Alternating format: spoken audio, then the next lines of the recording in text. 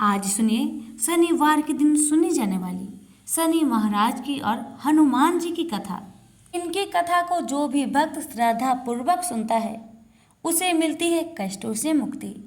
इसलिए कथा को पूरा सुने और दूसरों को भी शेयर करें।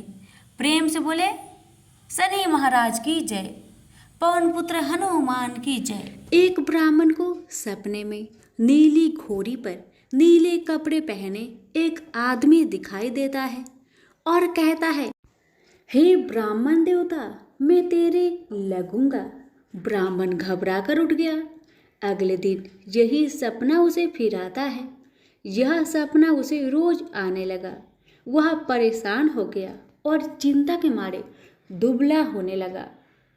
उसकी पत्नी ने कारण पूछा तो उसने सपने के बारे में बताया। ब्राह्मणी बोली, वे अवश्य ही शनि महाराज होंगे।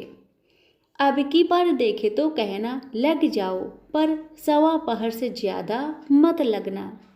उस दिन सपना आने पर ब्राह्मण ने कहा, लग जाओ, पर कितने समय के लिए लगोगे? शनि जी बोले, 7.5 वर्ष का लगूंगा। ब्राह्मण ने कहा, क्षमा करे शनि जी, इतना भारी तो मुझसे झेला नहीं जाएगा। तब शनि जी बोले, तो 5 वर्ष का लग जाऊंगा। ब्राह्मण बोला, यह भी मेरे लिए ज्यादा है। शनि जी बोले, 2.5 साल का लग जाओ। ब्राह्मण ने मना किया तो शनि जी कहने लगे, सवा पहर का तो लगूंगा ही, इतना तो कोढ़ी कलंगी भिखारी के भी लग जाता हूँ। तब ब्राह्मण ने कहा, ठीक है। ब्राह्मण को सवा पहर की शनि की दशा लग गई। ब्राह्मण ने नींद से जाकर ब्राह्मणी से कहा, मेरी सवा पहर शनि की दशा लग गई है, इसलिए मैं जंगल में जाकर यह समय बिताऊंगा। मेरे लिए खाने पीने का सामान बांध दे। मेरे पीछे से किसी से लड़ाई झगड़ा ना हो, इसका ध्यान रखना। ज्यादातर घर में ही रहना, बच्चों का भी ध्यान रखना। इस सवा पहर के समय में कोई गाली भी दे तो चुपचाप सुन लेना, बहस मत करना। यह सब समझाकर ब्राह्मण जंगल में चला गया। जंगल में ब्राह्मण एक पीपल के पेड़ के नीचे बैठ गया और हनुमान जी का पाठ करने लगा। एक पहर बीत गया। ब्राह्मण ने सोचा बाकी बचा समय रास्ते में बीत जाएगा, इसलिए वहां से चल दिया। रास्ते में एक बाड़ी में मतीरे लगे देखे। माली से एक मतीरा खरीदा, पोटली में बांधा और आगे बढ़ा। आगे एक आदमी मिला जो असल में शनिदेव थे। ब्राह्मण से पूछा, पोटली में क्या है? उसने कहा, मतीरा है। शनिदेव बोले, दिखाओ। ब्राह्मण ने पोटली खोली। उसमें राजकुमार का कटा हुआ खून से लथपथ सिर। शनिदेव ब्राह्मण को राजा के पास ले गए और कहा कि इस ब्राह्मण ने राजकुमार की हत्या कर दी है। इसके पास पोटली में राजकुमार का सिर है। राजा ने कहा, मैं यह नहीं देख सकता, इस ब्राह्मण को सूली पर चढ़ा दो। राजा के यहाँ हाहाकार मच गया। ब्राह्मण को सूली पर चढ़ाने से पहले पूछा गया कि उसकी कोई आखिरी इच्छा हो तो बताए। ब्राह्मण ने सोचा किसी तरह सवा पहर पूरा करना होगा। उसने कहा, वह रोज बालाजी की कथा सुनता है।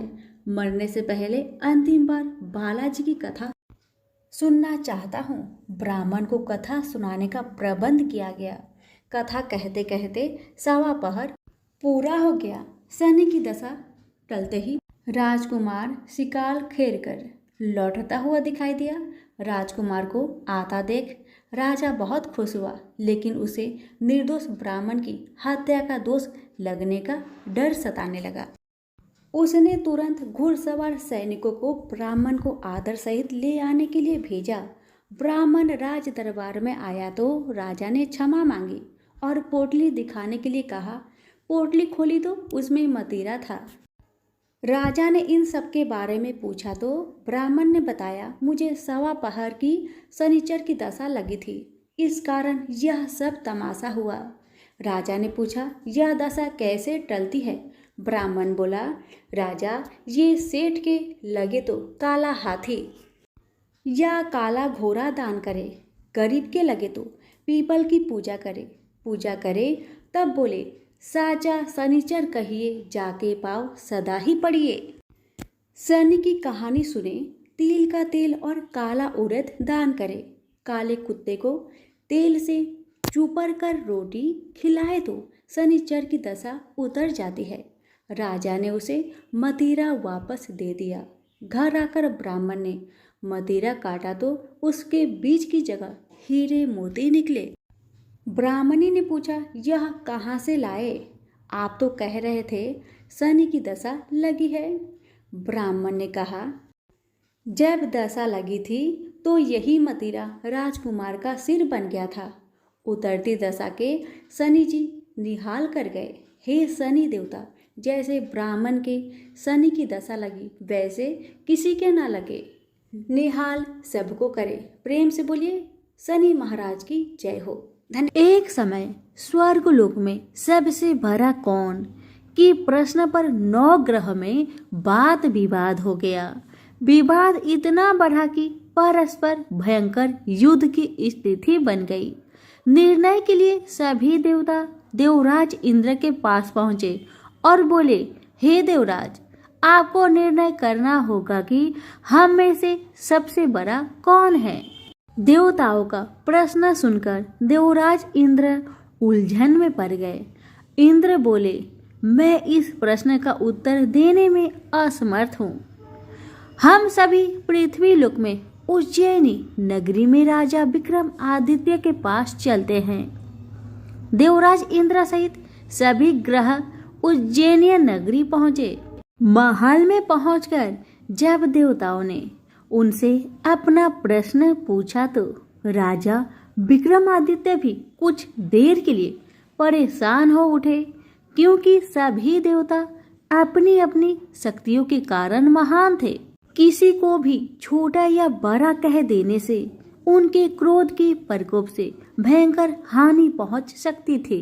अचानक राजा विक्रमादित्य को एक उपाय सूझा और उन्होंने विभिन्न धातुओं स्वर्ण, रजत, कांसा, तांबा, सीसा, रांगा, जस्ता, अबरक व लोहे के 9 आसन बनवाए। धातुओं के गुणों के अनुसार सभी आसनों को एक दूसरे के पीछे रखवाकर उन्होंने देवताओं को अपने अपने सिंहासन पर बैठने को कहा। देवताओं के बैठने के बाद राजा विक्रमादित्य ने कहा, आपका निर्णय तो स्वयं हो गया। जो सबसे पहले सिंहासन पर विराजमान है वही सबसे बड़ा है। राजा विक्रमादित्य के निर्णय को सुनकर शनि देवता ने सबसे पीछे आसन पर बैठने के कारण अपने को छोटा जानकर क्रोधित होकर कहा, राजा विक्रमादित्य, तुमने मुझे सबसे पीछे बैठाकर मेरा अपमान किया है। तुम मेरी शक्तियां से परिचित नहीं हो। मैं तुम्हारा सर्वनाश कर दूंगा। शनि देव ने कहा, सूर्य एक राशि पर 1 महीने, चंद्रमा 2.25 दिन, मंगल 1.5 महीने, बुध और शुक्र 1 महीने, बृहस्पति 13 महीने रहते हैं। लेकिन मैं किसी राशि पर 7.5 वर्ष 7.5 तक रहता हूँ। बड़े बड़े देवताओं को मैंने अपने प्रकोप से पीड़ित किया है। राम को 7.5 के कारण ही वन में जाकर रहना पड़ा और रावण को 7.5 के कारण ही युद्ध में मृत्यु का शिकार बनना पड़ा। राजा, अब तू भी मेरे प्रकोप से नहीं बच सकेगा। इसके बाद अन्य ग्रहों के देवता तो प्रसन्नता के साथ चले गए, परंतु शनिदेव बड़े क्रोध के साथ वहां से विदा हुए। राजा विक्रमादित्य पहले की तरह ही न्याय करते रहे। उनके राज्य में सभी स्त्री पुरुष बहुत आनंद से जीवन यापन कर रहे थे। शनिदेव अपना अपमान नहीं भूले। एक दिन राजा की परीक्षा लेने शनिदेव घोड़े के व्यापारी के रूप में राज्य पहुंचे। जब राजा विक्रमादित्य को इस बात का पता चला तो उन्होंने अपने अश्वपाल को कुछ घोड़े खरीदने के लिए भेजा। घोड़े बहुत कीमती थे। अश्वपाल ने जब वापस लौटकर इस संबंध में बताया तो राजा विक्रमादित्य ने स्वयं आकर एक सुंदर व शक्तिशाली घोड़े को पसंद किया। घोड़े की चाल देखने के लिए राजा उस घोड़े पर सवार हुए तो वह घोड़ा बिजली की गति से दौड़ पड़ा। तेजी से दौड़ता घोड़ा राजा को दूर एक जंगल में ले गया और फिर राजा को वहां गिराकर जंगल में कहीं गायब हो गया। राजा अपने नगर को लौटने के लिए जंगल में भटकने लगा, लेकिन उन्हें लौटने का कोई रास्ता नहीं मिला। राजा को भूख प्यास लगाई। बहुत घूमने पर उसे एक चारवाहा मिला। राजा ने उससे पानी मांगा। पानी पीकर राजा ने उस चारवाहे को अपनी अंगूठी दे दी। फिर उससे रास्ता पूछकर वह जंगल से निकलकर पास के नगर में पहुंचा। राजा ने एक सेठ की दुकान पर बैठकर कुछ देर आराम किया। उस सेठ ने राजा से बातचीत की तो राजा ने उसे बताया कि मैं उज्जैनी नगरी से आया हूँ। राजा के कुछ देर दुकान पर बैठने से सेठ जी की बहुत बिक्री हुई। सेठ ने राजा को बहुत भाग्यवान समझा और खुश होकर उसे अपने घर भोजन के लिए ले गया। सेठ के घर में सोने का एक हार खूंटी पर लटका हुआ था। राजा को उस कमरे में छोड़कर सेठ कुछ देर के लिए बाहर गया। तभी एक आश्चर्यजनक घटना घटी। राजा के देखते देखते सोने की उस हार को खूंटी निगल गई। सेठ ने कमरे में लौटकर हार को गायब देखा तो चोरी का संदेह राजा पर ही किया, क्योंकि उस कमरे में राजा ही अकेला बैठा था। सेठ ने अपने नौकरों से कहा कि इस परदेसी को रस्सियों से बांधकर नगर के राजा के पास ले चलो। राजा ने विक्रमादित्य से हार के बारे में पूछा तो उसने बताया कि उसके देखते ही देखते खूंटी ने हार को निगल लिया था। इस पर राजा ने क्रोधित होकर चोरी करने के अपराध में विक्रमादित्य के हाथ पांव काटने का आदेश दे दिया। राजा विक्रमादित्य के हाथ पांव काटकर उसे नगर की सड़क पर छोड़ दिया गया। कुछ दिन बाद एक तेली उसे उठाकर अपने घर ले गया और उसे अपने कोल्हू पर बैठा दिया। राजा आवाज देकर बैलों को हाँकता रहता। इस तरह तेली का बैल चलता रहा और राजा को भोजन मिलता रहा। शनि के प्रकोप की 7.5 पूरी होने पर वर्षा ऋतु प्रारंभ हुई।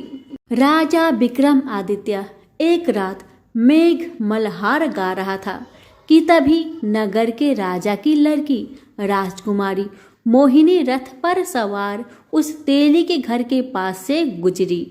उसने मेघ मल्हार सुना तो उसे बहुत अच्छा लगा और दासी को भेजकर गाने वाले को बुला लाने को कहा। दासी ने लौटकर राजकुमारी को अपंग राजा के बारे में सब कुछ बता दिया। राजकुमारी उसके मेघ मल्हार से बहुत मोहित हुई, अतः उसने सब कुछ जानकर भी अपंग राजा से विवाह करने का निश्चय कर लिया।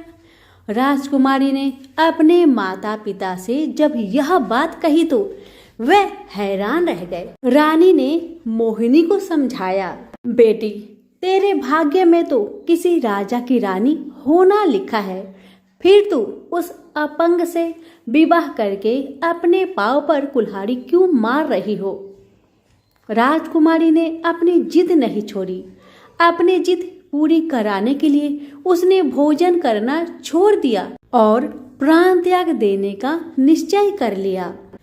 आखिर राजा रानी को बेबस होकर अपंग विक्रमादित्य से राजकुमारी का विवाह करना पड़ा। विवाह के बाद राजा विक्रमादित्य और राजकुमारी तेली के घर में रहने लगे। उसी रात स्वप्न में शनि देव ने राजा से कहा, राजा तुमने मेरा प्रकोप देख लिया। मैंने तुम्हें अपने अपमान का दंड दिया है। राजा ने शनिदेव से क्षमा करने को कहा और प्रार्थना की, हे शनिदेव, आपने जितना दुख मुझे दिया है अन्य किसी को न देना। शनिदेव ने कुछ सोचकर कहा, राजा, मैं तुम्हारी प्रार्थना स्वीकार करता हूँ। जो कोई स्त्री पुरुष मेरी पूजा करेगा, शनिवार को व्रत करके मेरी व्रत कथा सुनेगा, उस पर मेरी अनुकंपा बनी रहेगी। प्रातःकाल राजा विक्रम आदित्य की नींद खुली तो अपने हाथ पांव देखकर राजा को बहुत खुशी हुई। उसने मन ही मन शनिदेव को प्रणाम किया। राजकुमारी भी राजा के हाथ पांव सही सलामत देखकर आश्चर्य में डूब गई। तब राजा विक्रम आदित्य ने अपना परिचय देते हुए शनिदेव के प्रकोप की सारी कहानी सुनाई। सेठ को जब इस बात का पता चला तो दौड़ता हुआ तेली के घर पहुंचा और राजा के चरणों में गिरकर क्षमा मांगने लगा। राजा ने उसे क्षमा कर दिया क्योंकि यह सब तो शनिदेव का प्रकोप के कारण ही हुआ था। सेठ राजा को अपने घर ले गया और उसे भोजन कराया। भोजन करते समय वहां एक आश्चर्यजनक घटना घटी। सबके देखते देखते उस खूंटी ने हार उगल दिया।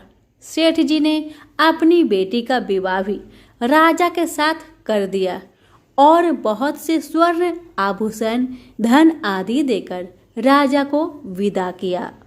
राजा विक्रमादित्य राजकुमारी मोहिनी और सेठ की बेटी के साथ उज्जैनी पहुंचे तो नगर वासियों ने हर्ष से उनका स्वागत किया। अगले दिन राजा विक्रमादित्य ने पूरे राज्य में घोषणा कराई कि शनिदेव सब देवों में सर्वश्रेष्ठ है। प्रत्येक स्त्री पुरुष शनिवार को उनका व्रत करे और व्रत कथा अवश्य सुने। राजा विक्रमादित्य की घोषणा से शनिदेव बहुत प्रसन्न हुए। शनिवार का व्रत करने और व्रत कथा सुनने के कारण सभी लोग की मनोकामनाएं शनिदेव की अनुकंपा से पूरी होने लगी। सभी लोग आनंद पूर्वक रहने लगे। तो प्रेम से बोलिए शनि भगवान की जय हो। व्यास जी ने कहा, एक बार नैमिषारण्य तीर्थ में 80,000 मुनि एकत्र होकर पुराणों के ज्ञाता श्री सूत जी से पूछने लगे, हे महामुने, आपने हमें अनेक पुराणों की कथाएं सुनाई है। अब कृपा करके हमें ऐसा व्रत और कथा बताए जिसके करने से संतान की प्राप्ति हो तथा मनुष्य को रोग, शोक, अग्नि, स्वर्ग दुख आदि का भय दूर हो जाए। क्योंकि कलयुग में सभी जीवों की आयु बहुत कम है, फिर इस पर उन्हें रोग, चिंता के कष्ट लगे रहेंगे तो फिर वह श्री हरि के चरणों में अपना ध्यान कैसे लगा सकेंगे। श्री सूत जी बोले, हे मुनियों, आपने लोक कल्याण के लिए बहुत ही उत्तम बात पूछी है। एक बार युधिष्ठिर ने भगवान श्री कृष्ण से लोक कल्याण के लिए यही प्रश्न किया था। भगवान श्री कृष्ण और युधिष्ठिर का संवाद तुम्हारे सामने कहता हूँ, ध्यान देकर सुनो। एक समय पांडवों की सभा में श्री कृष्ण जी बैठे हुए थे। तब युधिष्ठिर ने भगवान श्री कृष्ण से प्रश्न किया, हे प्रभु नंद नंदन गोविंद, आपने मेरे लिए अनेकों कथाएं सुनाई है। आज आप कृपा करके ऐसा व्रत या कथा सुनाएं जिसके करने से मनुष्य को रोग, चिंता का भय समाप्त हो और उसको पुत्र की प्राप्ति हो। हे प्रभु, बिना पुत्र के जीवन व्यर्थ है। पुत्र के बिना मनुष्य नरकगामी होता है। पुत्र के बिना मनुष्य प्रीत ऋण से छुटकारा नहीं पा सकता और ना ही उसका पुण्यज्ञ नामक नरक से उद्धार हो सकता है। अतः पुत्रदायक व्रत बतलाए। श्री कृष्ण भगवान बोले, हे राजन, मैं एक प्राचीन इतिहास सुनाता हूँ, आप उसे ध्यान पूर्वक सुनो। कुंडलपुर नामक एक नगर था। उसमें नंदा नामक एक ब्राह्मण रहता था। भगवान की कृपा से उसके पास सब कुछ था, फिर भी वह दुखी था। इसका कारण यह था कि ब्राह्मण की स्त्री सुनंदा के कोई संतान न थी। सुनंदा पतिव्रता थी, भक्ति पूर्वक श्री हनुमान जी की आराधना करती थी। मंगलवार के दिन व्रत करके अंत में भोजन बनाकर हनुमान जी को भोग लगाने के बाद स्वयं भोजन करती थी। एक बार मंगलवार के दिन ब्राह्मणी गृह कार्य की अधिकता के कारण हनुमान जी को भोग न लगा सकी, तो इस पर उसे बहुत दुख हुआ। उसने कुछ भी नहीं खाया और अपने मन में प्रण किया कि अब तो अगले मंगलवार को ही हनुमान जी का भोग लगाकर अन्न जल ग्रहण करूंगी। ब्राह्मणी सुनंदा प्रतिदिन भोजन बनाती, श्रद्धापूर्वक पति को खिलाती, परंतु स्वयं भोजन नहीं करती और मन ही मन श्री हनुमान जी की आराधना करती थी। इसी प्रकार 6 दिन गुजर गए और ब्राह्मणी सुनंदा अपने निश्चय के अनुसार भूखी प्यासी निराहार रही। अगले मंगलवार को ब्राह्मणी सुनंदा प्रातः काल ही बेहोश होकर गिर पड़ी। ब्राह्मणी सुनंदा की इस असीम भक्ति के प्रभाव से श्री हनुमान जी बहुत प्रसन्न हुए और प्रकट होकर बोले, सुनंदा, मैं तेरी भक्ति से बहुत प्रसन्न हूँ, तू उठ और वर मांग। सुनंदा अपने आराध्य देव श्री हनुमान जी को देखकर आनंद की अधिकता विह्वल हो श्री हनुमान जी के चरणों में गिरकर बोली, हे प्रभु, मेरी कोई संतान नहीं है, कृपा करके मुझे संतान प्राप्ति का आशीर्वाद दे, आपकी अति कृपा होगी। श्री महावीर जी बोले, तेरी इच्छा पूर्ण होगी, तेरे एक कन्या पैदा होगी, उसके अष्टांग प्रतिदिन सोना दिया करेंगे। इस प्रकार कहा। श्री महावीर जी अंतर ध्यान हो गए। ब्राह्मणी सुनंदा बहुत हर्षित हुई और सभी समाचार अपने पति से कहा। ब्राह्मण देव कन्या का वरदान सुनकर कुछ दुखी हुए, परंतु सोना मिलने की बात सुनी तो बहुत प्रसन्न हुए। विचार किया कि ऐसी कन्या के साथ मेरी निर्धनता समाप्त हो जाएगी।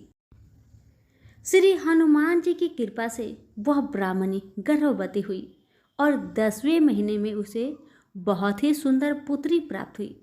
यह बच्ची अपने पिता के घर ठीक उसी तरह से बढ़ने लगी जिस प्रकार शुक्ल पक्ष का चंद्रमा बढ़ता है। 10वें दिन ब्राह्मण ने उस बालिका का नामकरण संस्कार करवाया। उसके कुल पुरोहित ने उस बालिका का नाम रत्नावली रखा, क्योंकि यह कन्या सोना प्रदान किया करती थी। इस कन्या ने पूर्व जन्म में बड़े ही विधान से मंगल देव का व्रत किया था। रत्नावली का अष्टांग बहुत सा सोना देता था। उस सोने से नंदा ब्राह्मण बहुत ही धनवान हो गया। अब ब्राह्मणी भी बहुत अभिमान करने लगी थी। समय बीतता रहा। अब रत्नावली 10 वर्ष की हो चुकी थी। एक दिन जब नंदा ब्राह्मण प्रसन्न चित्त था, तब सुनंदा ने अपने पति से कहा, मेरी पुत्री रत्नावली विवाह की योग हो गई है, अतः आप कोई सुंदर तथा योग वर देकर इसका विवाह कर दे। जा सुन ब्राह्मण बोला, अभी तो रत्नावली बहुत छोटी है। तब ब्राह्मणी बोली, शास्त्रों की आज्ञा है कि कन्या 8वें वर्ष में गौरी, 9 वर्ष में राहिनी, 10वें वर्ष में कन्या, इसके पश्चात रजवाला हो जाती है। गौरी के दान से पाताल लोक की प्राप्ति होती है, राहिनी के दान से बैकुंठ लोक की प्राप्ति होती है, कन्या के दान से इंद्र लोक में सुखों की प्राप्ति होती है। अगर हे पतिदेव रजवाला का दान किया जाता है तो घोर नरक की प्राप्ति होती है। इस पर ब्राह्मण बोला, अभी तो रत्नावली मात्र 10 ही वर्ष की है और मैंने तो 16-16 साल की कन्याओं का विवाह कराया है, अभी जल्दी क्या है। तब ब्राह्मणी सुनंदा बोली, आपको तो लोभ अधिक हो गया लगता है।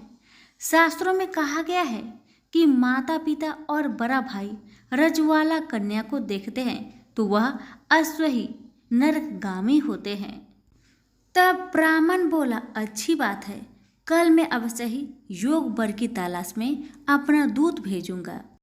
दूसरे दिन ब्राह्मण ने अपने दूत को बुलवाया और आज्ञा दी कि जैसी सुंदर मेरी कन्या है वैसा ही सुंदर वर उसके लिए तलाश करो।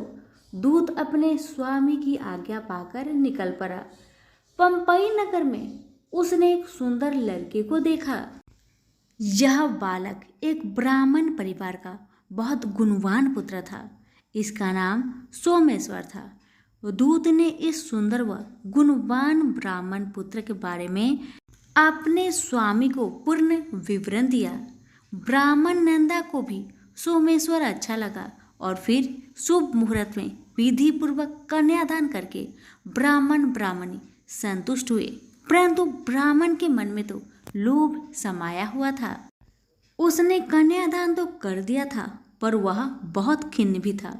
उसने विचार किया कि रत्नावली तो अब चली जाएगी और मुझे इससे जो सोना मिलता था वह अब नहीं मिलेगी। मेरे पास जो धन था कुछ तो इसके विवाह में खर्च हो गया और जो शेष बचा है वह भी कुछ दिनों पश्चात समाप्त हो जाएगी। मैंने तो इसका विवाह करके बहुत बड़ी भूल कर दी है। अब कोई ऐसा उपाय हो कि रत्नावली मेरे घर में ही बनी रहे, अपने ससुराल ना जाए। लोभ रूपी राक्षस ब्राह्मण के मस्तिष्क पर छाता जा रहा था। रात भर अपनी सैया पर बेचैनी से करवट बदलते बदलते उसने एक बहुत ही क्रूर निर्णय लिया। उसने विचार किया कि जब रत्नावली को लेकर उसका पति सोमेश्वर अपने घर के लिए जाएगा तो वह मार्ग में छिपकर सोमेश्वर का वध कर देगा और अपनी लड़की को अपने घर ले आवेगा, जिससे नियमित रूप से उसे सोना भी मिलता रहेगा और समाज का कोई मनुष्य उसे दोष भी नहीं देगा। प्रातःकाल हुआ तो नंदा और सुनंदा ने अपनी जामाई तथा लड़की को बहुत सारा धन देकर विदा कर दिया। सोमेश्वर अपनी पत्नी रत्नावली को लेकर ससुराल से अपने घर की तरफ चल दिया। ब्राह्मण नंदा महालोभ के भसीभूत हो अपनी मति खो चुका था। पाप पुण्य को उसे विचार न रहा था। अपने भयानक व क्रूर निर्णय को कार्य रूप देने के लिए उसने अपने दूत को मार्ग में अपने जामाई का वध करने के लिए भेज दिया था, ताकि रत्नावली से प्राप्त होने वाला सोना उसे हमेशा मिलता रहे और वो कभी निर्धन ना हो। ब्राह्मण के दूत ने अपने स्वामी की आज्ञा का पालन करते हुए उसके जामाई सोमेश्वर का मार्ग में ही वध कर दिया। समाचार प्राप्त कर ब्राह्मण नंदा मार्ग में पहुंचा और रोदन करती अपनी पुत्री रत्नावली से बोला, हे पुत्री, मार्ग में लुटेरों ने तेरे पति का वध कर दिया है। भगवान की इच्छा का आगे किसी का कोई वश नहीं चलता है। अब तू घर चल, वहां पर ही रहकर शेष जीवन व्यतीत करना। जो भाग्य में लिखा है वही होगा। अपने पति की अकाल मृत्यु से रत्नावली बहुत दुखी हुई। करुण क्रदन व रुदन करते हुए अपने पिता से बोली, हे पिताजी, इस संसार में जिस स्त्री का पति नहीं है उसका जीना व्यर्थ है। मैं अपने पति के साथ ही अपने शरीर को जला दूंगी और सती होकर अपने इस जन्म को माता पिता के नाम को तथा सास ससुर के यश को सार्थक करूंगी। ब्राह्मण नंदा अपनी पुत्री रत्नावली के वचनों को सुनकर बहुत दुखी हुआ। विचार करने लगा, मैंने व्यर्थ ही जामाई का वध का पाप अपने सिर लिया। रत्नावली तो उसके पीछे अपने प्राण तक देने को तैयार है। मेरा तो दोनों तरफ से मरण हो गया। धन तो अब मिलेगा नहीं। जामाई वध के पाप के फलस्वरूप यम यातना भी भुगतनी पड़ेगी। यह सोचकर वह बहुत खिन्न हुआ। सोमेश्वर की चिता बनाई गई। रत्नावली सती होने की इच्छा से अपने पति का सिर अपने गोद में रखकर चिता में बैठ गई। जैसे ही सोमेश्वर की चिता को अग्नि लगाई गई, वैसे ही प्रसन्न हो मंगलदेव वहां प्रकट हुए और बोले, हे रत्नावली, मैं तेरी पति भक्ति से बहुत प्रसन्न हूँ, तू वर मांग। रत्नावली ने अपने पति का जीवन दान मांगा। तब मंगलदेव बोले, रत्नावली, तेरा पति अजर अमर है, यह महाविद्वान भी होगा और इसके अतिरिक्त तेरी जो इच्छा हो वर मांग। तब रत्नावली बोली, हे ग्रहों के स्वामी, यदि आप मुझ पर प्रसन्न है तो मुझे यह वरदान दीजिए कि जो भी मनुष्य मंगलवार के दिन प्रातःकाल लाल पुष्प लाल चंदन से पूजा करके आपका स्मरण करे, उसको रोग व्याधि ना हो, सज्जनों का कभी वियोग ना हो, सर्प अग्नि तथा शत्रुओं का भय ना रहे। जो स्त्री मंगलवार का व्रत करे वह कभी विधवा ना हो। मंगलदेव तथास्तु कहकर अंतर्ध्यान हो गए। सोमेश्वर मंगलदेव की कृपा से जीवित हो उठा। रत्नावली अपने पति को पुनः प्राप्त कर बहुत प्रसन्न हुई और मंगलदेव का व्रत प्रत्येक मंगलवार को करके व्रतराज और मंगलदेव की कृपा से इस लोक में सुख ऐश्वर्य को भोगते हुए अंत में पति के साथ स्वर्ग लोक को गई। तो प्रेम से बोलिए मंगलदेव की जय हो। कथा अच्छी लगे तो लाइक शेयर जरूर करें। धन्यवाद।